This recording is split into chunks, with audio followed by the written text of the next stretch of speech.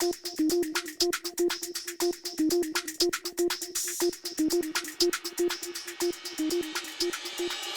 introductory video was developed by the City of Columbia's Solid Waste Utility to provide an introduction to existing solid waste utility programs and services and to present the results of the 2008 Solid Waste Management Master Visioning Plan. This video is divided into 4 chapters. The first chapter is an introduction to the solid waste utility programs and services. This provides an overview of the collection services, landfill and bioreactor operations, the recycling programs including the material recovery facility, the household hazardous waste program, and the education and volunteer programs. The second chapter is an overview of the Solid Waste Utilities Solid Waste Management Master Visioning Plan. This chapter will review the objectives of the plan, the processes used for the development of the plan, and provide a summary of recommendations. The third chapter provides a review of the plan results and an overview of the priorities identified for consideration. The fourth chapter deals with sustainable stewardship approaches and provides an overview of current sustainable stewardship programs impacting current and future solid waste management strategies in Columbia.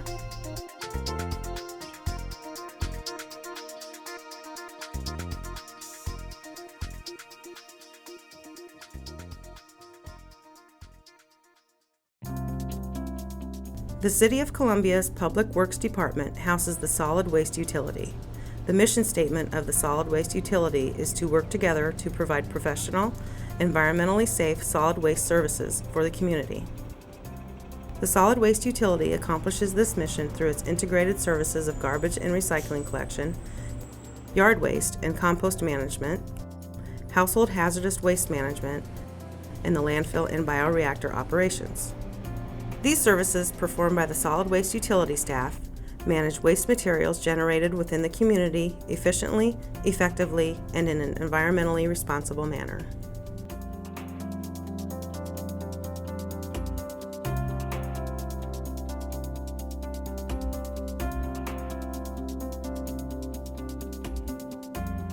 The Solid Waste Utility provides garbage and recycling collection services to residents and commercial entities within the city. The Solid Waste Utility and the city's Fleet Operations Department maintain the vehicles and specialized equipment necessary to provide these services.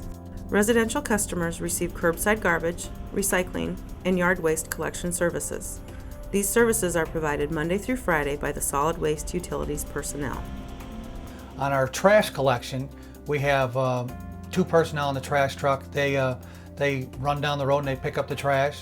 On our trash route, on Mondays we have 7 trucks that actually run the route, and then the rest of the week we have 8 trucks actually running a route because they're actually bigger routes. Our recycling trucks that we currently have right now is called a split hopper. It's a 60-40 split. The 60% side picks up the recycling, the blue bags. The fiber material would be cardboard, paper. In the blue bags you have your cans and your plastics, your aluminum, all get put in that side, and then the yard waste, actually the bags get picked up, opened up at the curb, bag gets emptied out into the split hopper, and then the bag gets put on the side of the truck and we haul it away and we throw the empty bags into the trash. And all that goes down to the material recovery facility. On Mondays, we run 4 routes on recycling.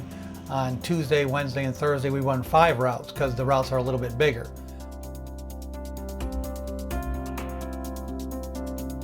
The Solid Waste Utility provides garbage and recycling collection services to businesses within the city. The utility works with the individual customer to determine the most efficient and cost-effective method for providing these services. The utility is responsible for maintaining the containers and compactors which are provided to the customers for use. Customers are assessed a service fee depending on the type and frequency of required services.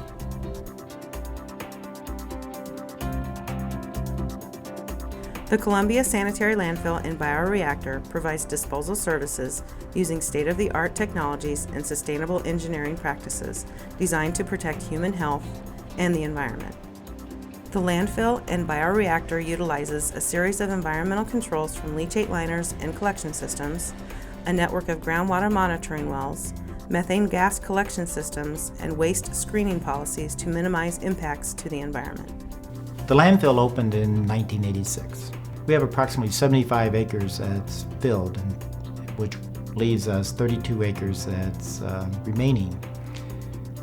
The Subtitle D landfill was divided up into 6 cells. We have filled cells 1 through 3 and currently filling cell number 4. Cell number 4, 5, and 6 are very large cells. Under the original design of the landfill, it would be full in 2018. If we are successful with the bioreactor, it will be filled in 2024. The solid waste utility provides curbside yard waste collection services and maintains 2 drop-off sites for use by residents. Materials at the drop-off sites are ground to provide mulch, and materials at the compost facility are composted and sold to customers. The compost is also bagged and sold to a local landscaping retailer for sale in their store. These programs provide a valuable resource to residents of Columbia.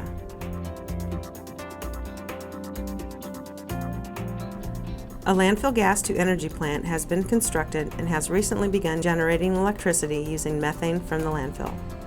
The landfill gas-to-energy plant currently has 2 1,500 horsepower engines that are used to generate electricity. Each one generates about 1.1 megawatts. We have 2, so we're generating about 2.2 megawatts. That will be enough to power about 1,500 homes.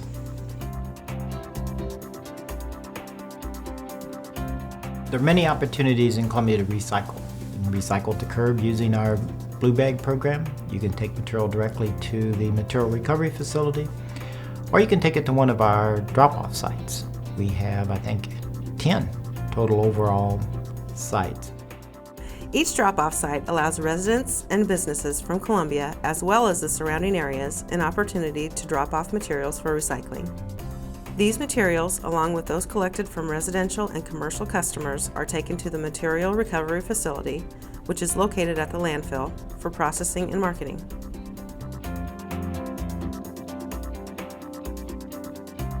All of the recyclables collected from the residential and commercial programs, as well as the drop-off sites, are taken to the material recovery facility for sorting and processing. We take all containers, number 1, number 2 plastic, we take tin, we take aluminum, glass, we take steel, fibers, we'll take cardboard, office paper. Once materials are separated, we have a horizontal baler. We bale all our products.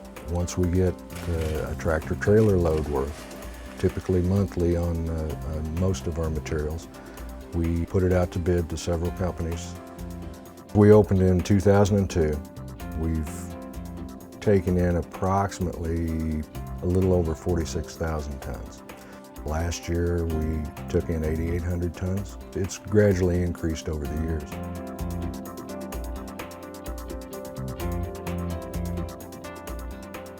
In 1992, the solid waste utility opened a household hazardous waste facility to accept hazardous waste from residents. The Household Hazardous Waste Program is a very popular program with the citizens of Columbia and Boone County because it's open to the users of the landfill. We feel that it's important that the waste be kept out of the landfill. It is a residential facility. It's not open to the commercial businesses of Columbia or Boone County, and that's per our permit requirement. It's open April through November, the first and third Saturdays a month from 9 to 1. And as I mentioned earlier, it's a very popular program to bring unwanted hazardous materials such as oven cleaners or pesticide, old paint. Paint is predominantly what we see a lot of.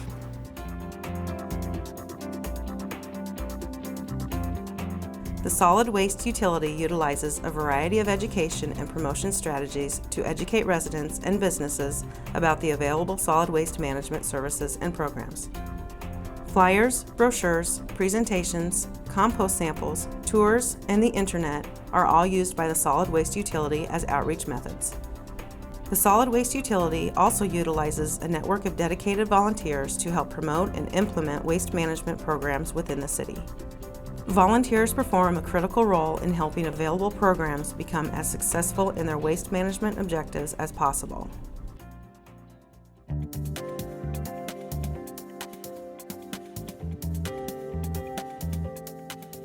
The solid waste utility sought to update its master plan to provide a dynamic document that could be used by staff, management, decision makers, and the public. The master plan will be used to provide guidance over the next 10 years regarding the integrated solid waste management practices performed by the utility. Well, I feel it's always important to have a roadmap as to where you're going. The last solid waste master plan that was completed was, I think, in the early 90s. So it's about 14 years old. It's time to bring that roadmap up to date and take a look at what's going to happen in the next 10 years so we can focus on those things and we have some positive direction as to where to go. The solid waste master plan for me was to give purpose to our employees. The previous master plan is over 15 years old. We'd been working in the solid waste utility without that clear direction for the employees and for the supervisors to use, and also for the public to understand what our objectives were. A lot has changed with the utility itself in the last 15 years. A lot has changed with the public and what the public's interest is. The public is interested in more sustainability, more environmental friendly, more green type of management. And the solid waste utility has been operating under that guideline for years. Our mission statement was to provide an environmentally safe waste disposal system for the community. It was time to come back in and do the plan again and look at everything all over again and keep in mind we're striving towards green, we're striving towards sustainability.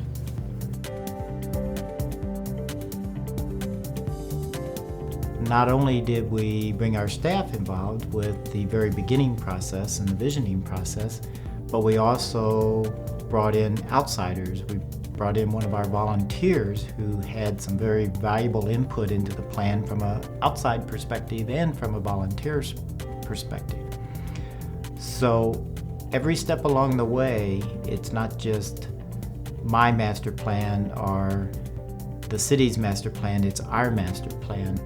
Our approach to trying to start the master plan this time was to get as much input as we could from all of our employees and our supervisory staff and their goals and their objectives and what they saw as important for the utility. So I think that we wanted to get all those ideas into this master plan this time, and that's why we took the approach we did. The solid waste utility held 6 vision casting sessions to discuss potential solid waste management activities for consideration. This process identified over 250 individual activities. A final vision casting session was held with project participants to identify major priorities for the utility to consider. When we started having our visioning process and we were getting the feedback from employees and supervisors and making the priorities of what we needed to work on first, the things that we've been trying to work on over the years were the first things to surface. The final vision casting session identified 22 major priorities for the solid waste utility to consider for implementation. The top 10 identified priorities for consideration are the continuation of the bioreactor, the elimination of the current bag delivery methods, the removal of glass from curbside recycling collection, investigating automated residential garbage collection services, the addition of more drop-off recycling sites, increasing the commercial and residential collection vehicle fleet size, investigating the benefits of constructing a transfer station on the south side of the city, implementing a pay-as-you-throw system for residential garbage, continuing the planned phases of the landfill, and moving collection services to the landfill property. The master plan includes a proposed activity timeline and estimated expenses or savings for implementing the identified priorities. The timeline indicates when activities may begin and how long they may take for completion. Some of the identified priorities, such as continuation of the bioreactor, will be ongoing. The timeline and estimated expenses or savings will serve as a dynamic guide allowing the solid waste utility to continue to provide the highest levels of customer service and environmental protection.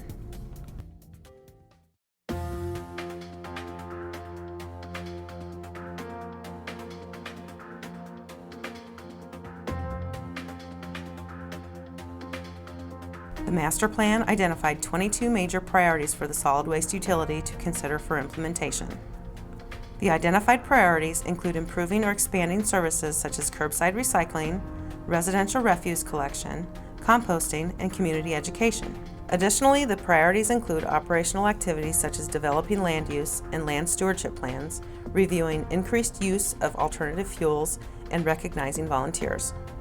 The identified priorities also include management activities associated with the bioreactor, the material recovery facility, drop-off recycling sites, and compost operations.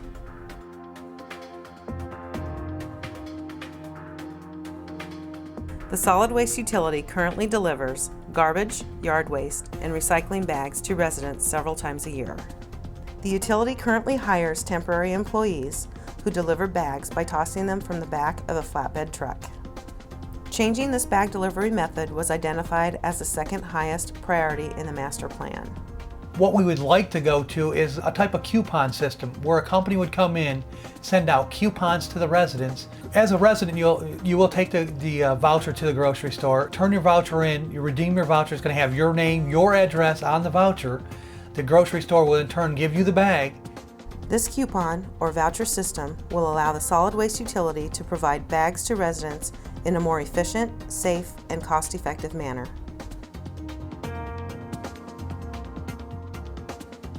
Establishing a pay-as-you-throw system for residential garbage was identified as a priority in the master plan. Pay-as-you-throw is an opportunity for residents to kind of think of their trash service differently. They'll pay a fee, but that fee is tied to the number of bags they have or like one cart of trash. So if you have pay-as-you-throw, then you're paying for your trash and recycling is provided for free. So with pay-as-you-throw, you have the opportunity to pay by the amount of trash that you're generating. So if you're having many recycling bags and only one trash bag, you'll pay less than people that are putting out 3 or 4 bags of trash and no recycling. I think it will increase the amount of recycling that we receive, and the more recycling we receive, the more we process at the material recovery facility, and therefore the more income we're bringing into that operation.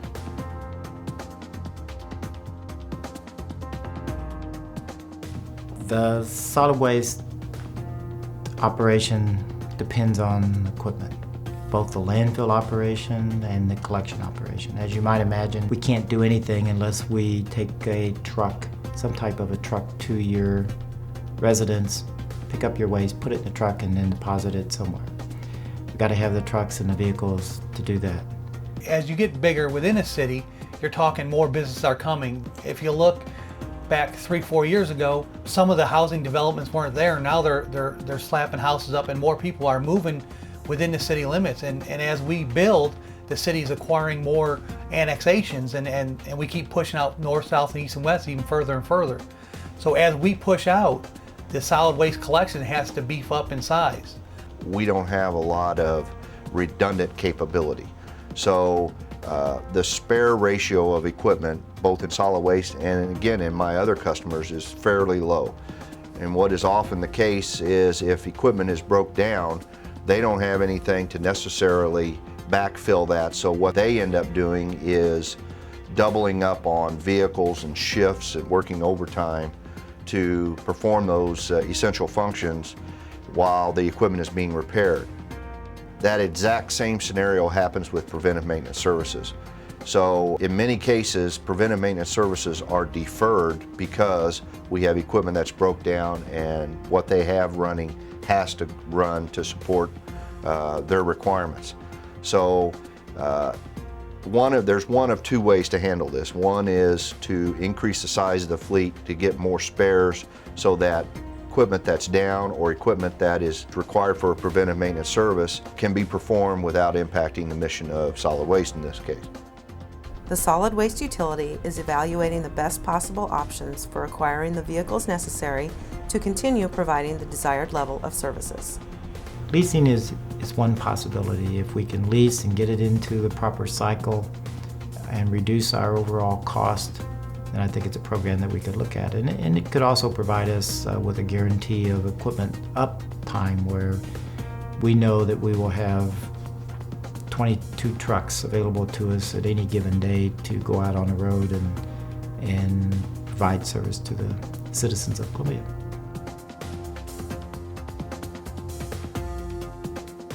A lot of different cities are going into a 96-gallon roll cart where they have the trash truck pulls up.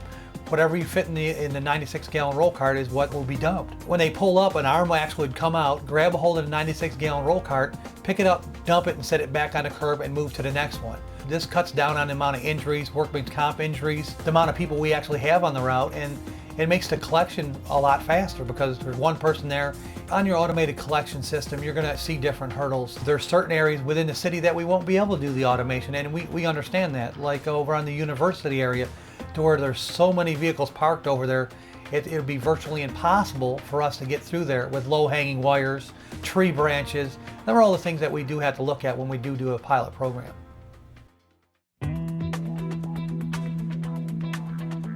Continuation of the bioreactor operations was identified as the #1 priority in the master plan. We've had a very logical progression as far as the technology that's advanced over the years with landfilling. The next upgrade we feel will be a bioreactor.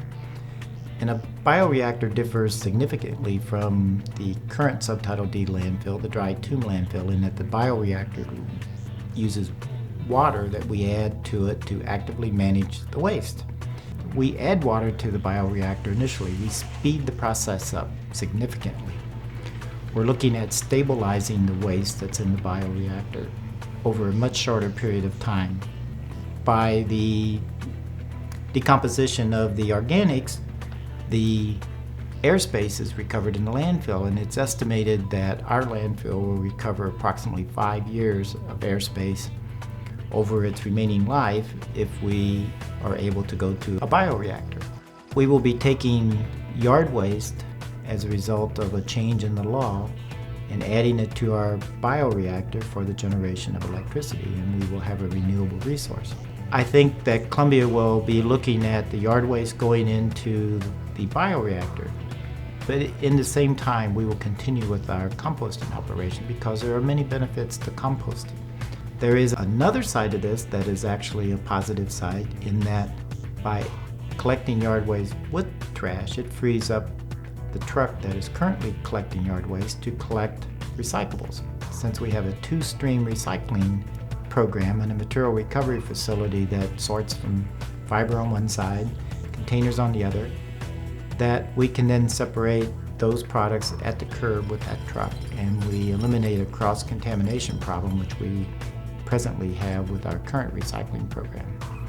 So we will improve the efficiencies not only with trash and yard waste collection, we'll improve the efficiencies with the recycling collection.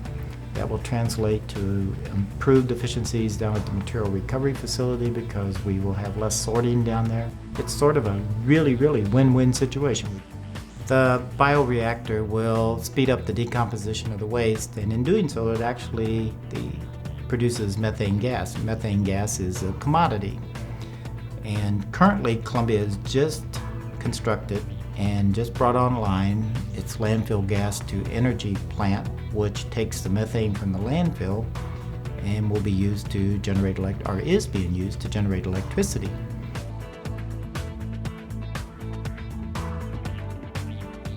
The landfill sits on a site of 560 acres. 107 of it is permitted for landfilling.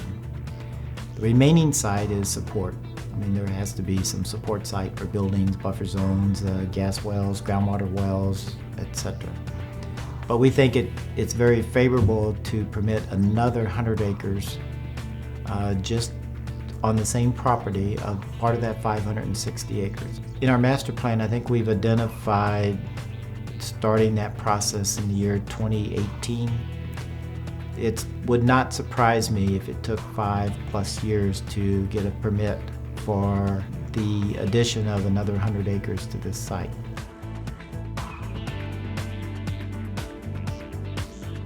The master plan mentions several facility improvement projects identified in previous reports and plans. The identified improvements will allow the staff to continue to provide efficient solid waste management services to all of the solid waste utilities customers. We are going to replace our scale house. It's going to be an internal project where we're building it with staff. The scale house, as it is right now, is not in a real good condition. We hope to add a restroom for the employee, as well as more automation to expedite traffic in and out of the landfill. We also have on the books our fueling station is in need of replacement. That will be a project that will be constructed next year. It'll be a state-of-the-art facility with the expansion abilities to handle not only the landfill and MRF equipment, but also solid waste collection vehicles. We currently have one maintenance bay at the Landfill Operations Center. We have on the books to expand and add bays to that. That in turn will allow us to get the equipment maintenance we need, hopefully with personnel dedicated to that.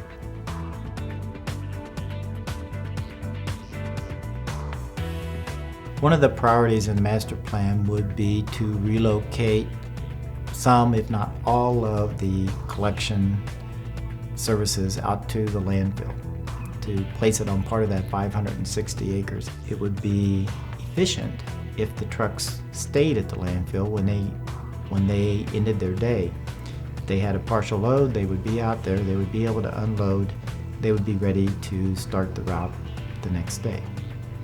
The landfill also has a considerable footprint that can house the trucks. This place that we're working in right now is sort of landlocked, and we haven't been able to grow over the years. There has been some expansion, but not enough to handle all the services that Public Works offers from the operations side. This facility that we're currently working out of was built in 1968. It served us wonderfully well, but the problem that we have encountered over the last years, and it seems to be multiplying, is that we are getting more and more vehicles, we are providing more and more service, plus the fact that Columbia has grown.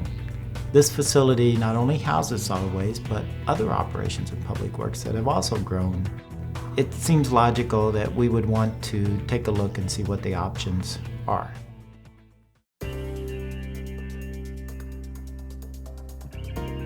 Developing a transfer station on the south side of town was identified as the number 6 priority in the master plan. A transfer station is an enclosed facility which accepts materials from collection trucks and consolidates them into larger vehicles for transportation to a processing facility. Instead of running all the way back over the north side of town to dump a load of their trash, they can dump there, have a transfer station, and it get transferred out after we get maybe 6-7 trucks that'll actually dump right there, and then a truck would take it to landfill to where it's cutting down on the amount of time that we're out on the road, the amount of fuel that we use on the road. Within that transfer station, we can also have the recycling being dropped off there at the transfer station.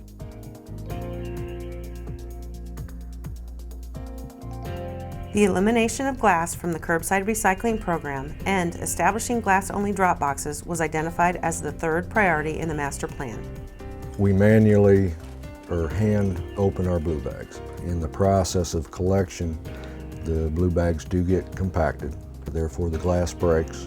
The employees that are actually opening those bags are subject to basically shards of glass. It's not uncommon that they get cut. With that, broken glass is essentially sand. We operate on a conveyor system. We've got gears. That sand gets into the mechanisms. It creates a nightmare and a lot of equipment failures due to that. It's a high maintenance situation that could be alleviated, not to get rid of glass, but be able to have it segregated to where we can basically load it, process it at one particular time, and then do the maintenance on the equipment. The best way that we can handle glass, and we aren't entertaining never handling glass because it is a recyclable. In order to handle it properly, if we can segregate it on its own before it shows up to the MRF, we can be prepared for it with our equipment. And once we process that, then we can do severe maintenance work on the equipment prior to getting it up and running again. Right now, glass is always being run with all the other materials, and there's no way to do any maintenance of any regular kind to treat essentially sand in the gearboxes.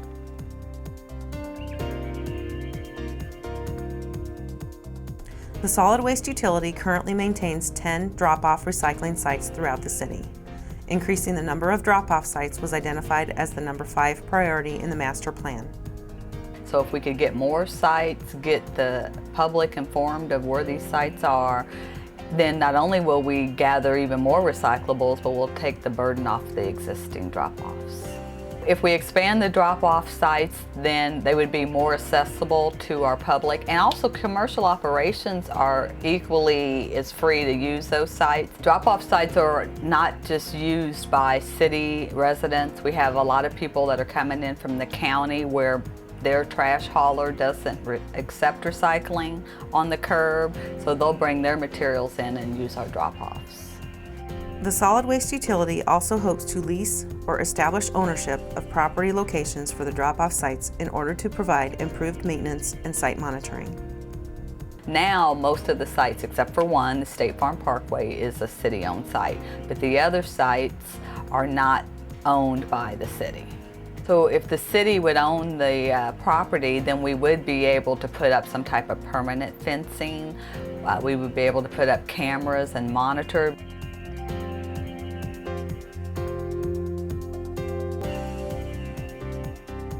The mold sites are 2 in town, one at Parkside and one at Capon Park. They were opened in 1992 and 1993. Capon has been remodeled recently and expanded and enlarged, and there's a lot of activity around Capon. It's a much cleaner, nicer, more secure site. Parkside has not been remodeled. Parkside is a small site that is essentially out in nowhere where it's not monitored. Because of that, what we see is an awful lot of trash at Parkside being deposited. So what we are proposing is to close one site, the site that is smaller, has not been updated, that is security is an issue, safety is an issue, trash is a major issue. Close that one, leave the other one open and expand its operation to where it's more convenient and that will better serve the residents of Columbia.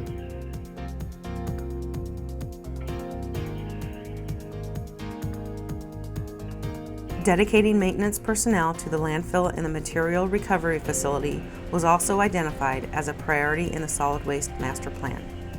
The environment at the landfill and the MRF is probably one of the most harshest environments you can have for any kind of equipment. Routine maintenance is essential. These pieces of equipment are very, very expensive.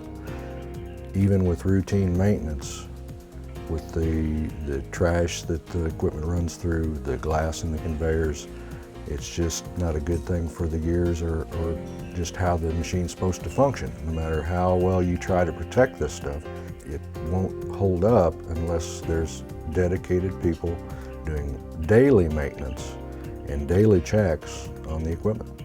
Solid waste is one of my biggest customers, and a great portion therein of solid waste is landfill and the material recovery facility.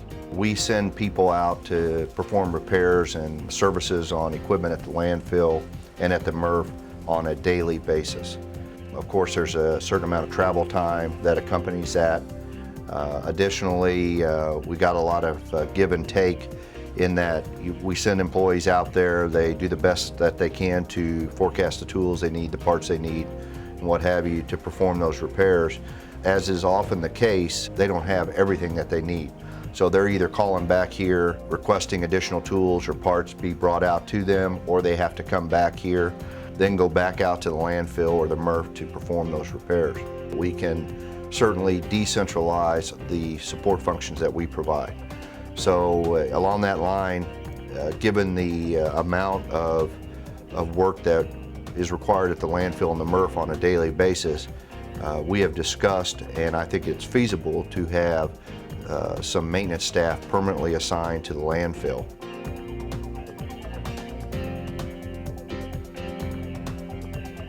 The original design and operation plans for the material recovery facility included phased expansions to allow process modifications that would increase the amount of materials able to be processed for recycling. Right now, we have budgeted in the future essentially a mirror to the structure we have down there right now. That's where the single stream will come into play. Once we get that single stream up and running on the addition, that's when we'll look at a dirty MRF. A dirty MRF is essentially anything that comes across our scales goes through the MRF before the material's landfilled. Therefore, a lot of recyclables that would generally end up in the landfill do go to the proper place, and it increases our revenue with material that we can sell.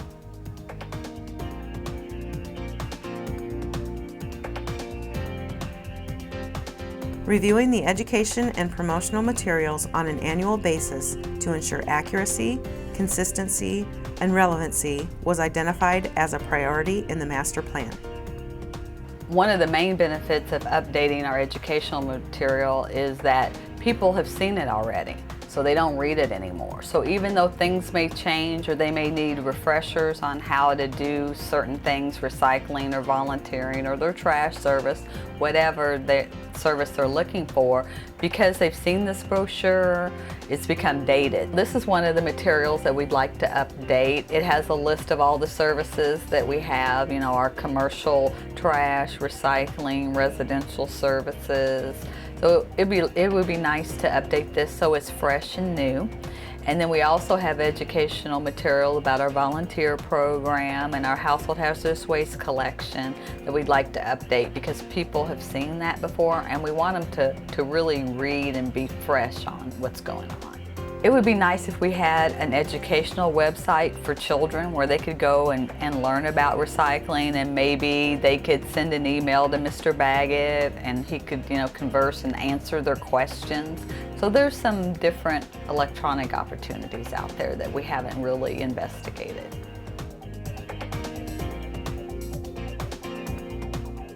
Originally, the facility was designed for 50 cars a day. At the beginning and ending of our collection process, we are handling close to 300 cars a day and probably average 220, 250 per day now. So what we would like to do would be able to relocate that facility, to redesign it, bring it up to date as far as its operation, its safety features and so forth, and make it available to a larger number of residents. What we would like to do then is to design the facility to where it can be expanded to handle the conditionally exempt generators.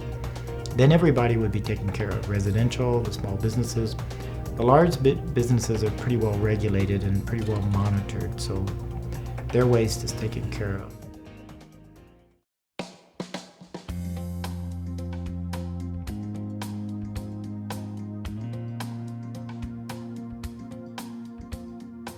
Evaluating the possible use of alternative fuels was identified as a priority in the master plan.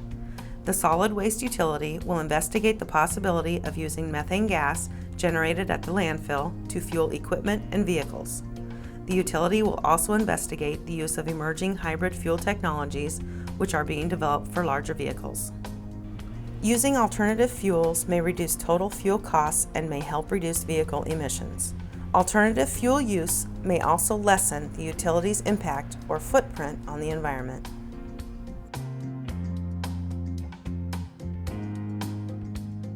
One of the most interesting buzzwords in our industry is carbon credits. The solid waste utility is currently investigating the possibility of acquiring and selling carbon credits it may receive for the destruction of the methane generated at the landfill.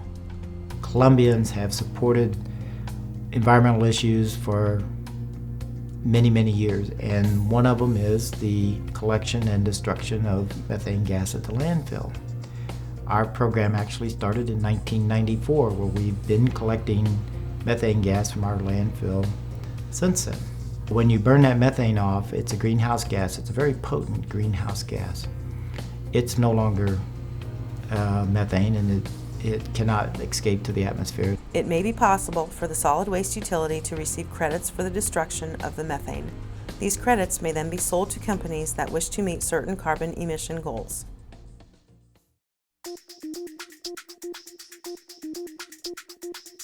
The solid waste utility is dedicated to providing the highest levels of customer service and environmental protection. As part of this dedication, the utility has initiated several volunteer programs to lessen the impact or footprint of the landfill and its operations.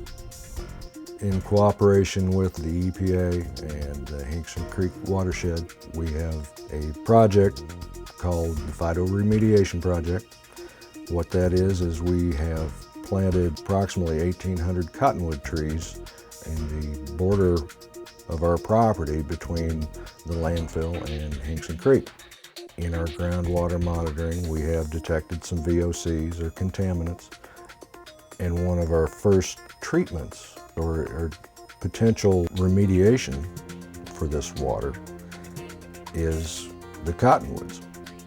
They, at maturity, process approximately 2,000 gallons of water a day. Any contaminants that's in that water will be tied up in the woody fiber of those trees. That is a first step. We aren't seeing anything as far as being in violation of anything, but we're trying to address it up front before it does become a problem. The Solid Waste Utility's mission statement is to provide professional, environmentally safe solid waste services for the community. The utility and its staff understand that they have an environmental responsibility not only to their current customers, but also to future generations. We have a scenic waterway, Hinkson Creek, where there's a trail currently running along Hinkson Creek in town. This could be a very good park setting. Essentially, that's the way we want to leave it, is as pristine as possible for public use. It's basically going to end up being another park in my mind, and now is the time to start that.